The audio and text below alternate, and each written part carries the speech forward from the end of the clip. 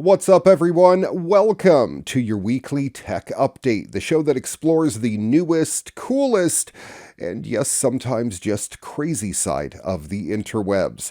I am your gaming geek, Ray McNeil. Coming up on the program today, we're celebrating 300 episodes of your weekly tech update. That's right, 300 episodes of the craziest, coolest, and most wacko stories we could find on the interwebs, served to you on a silver platter over the last 8.5 years here on the NCW Life channel. I couldn't be more honored, and today we are going to have a look back at some of the coolest tech stories we've featured over the past 300 episodes. One of my favorite segments on the program is our What The segment. That's where we highlight the stupid criminal stories, the crazy stories that you would see browsing Reddit, and we'll bring you my favorite coming up on the program today. In fact, I'm already envisioning we're going to have to do a 2-part episode this time. So this is episode 300 part 1. Next week, right before Christmas, we'll have episode 300 part 2. I've put together over 5 hours of all my favorite clips from the past 300 episodes, and I have to figure out how to get it into 2 24-minute episodes of your weekly tech update. So I'm going to do my best. I'm going to shave down as much of each story as I can to where it still makes sense, to where you still get the gist of it, and can still see why it's one of the coolest and craziest stories that we've showcased here on your weekly tech update in the past 8.5 years. And of course, we'll wrap up the program with this week's moment of joy. All that and a whole lot more coming up on today's edition of your weekly tech update. Next.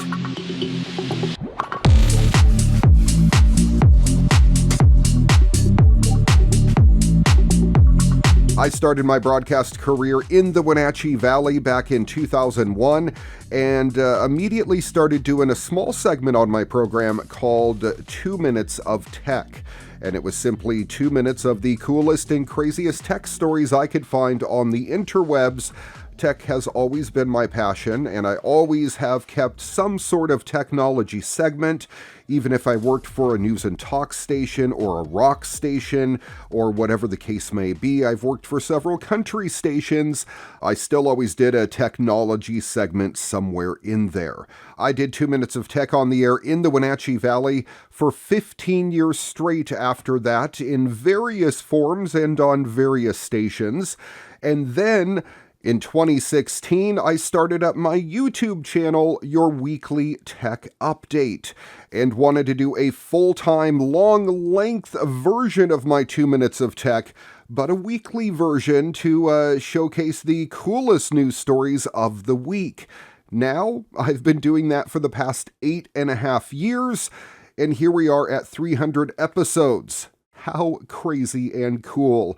And looking back, it really shows how long ago 8.5 years was. In my very first episode, we showcased a story about this new streaming service called Twitch that streamed people playing video games. And I mentioned it was kind of a crazy concept at the time.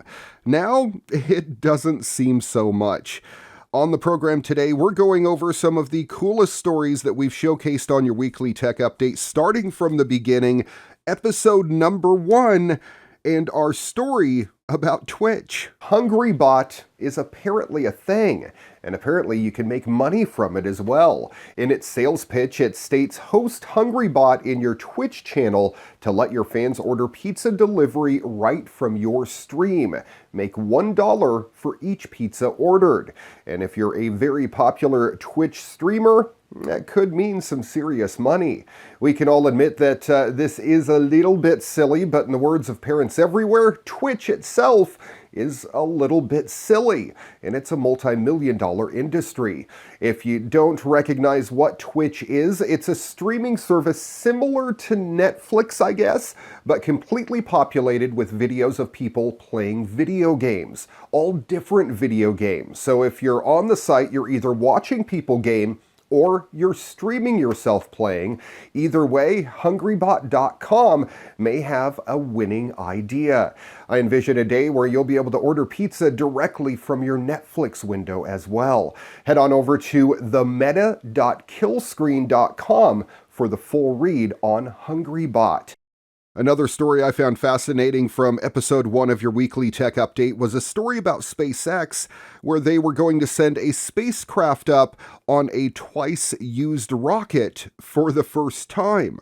That's almost commonplace these days. SpaceX doing it yet again. In the news, satellite operator SES is going to be the first company to launch a spacecraft on a second-hand SpaceX rocket.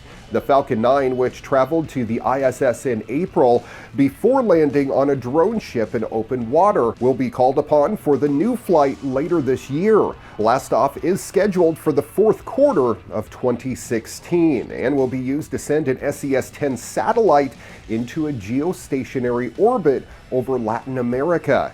Here, it'll deliver direct-to-home broadcasting, enterprise, and mobility services to people back on terra firma. The job is hugely significant for SpaceX. The company run by Tesla founder and CEO Elon Musk is driven by the idea that spaceflight can be done better and for less. Part of its master plan is a reliable, reusable rocket, one that can land safely and protect its internals, minimizing repairs and cost. SpaceX has landed 6 rockets successfully. Others, well, not so much. Back in April, Musk suggested that a Falcon 9 rocket could be ready for a second launch by May or June.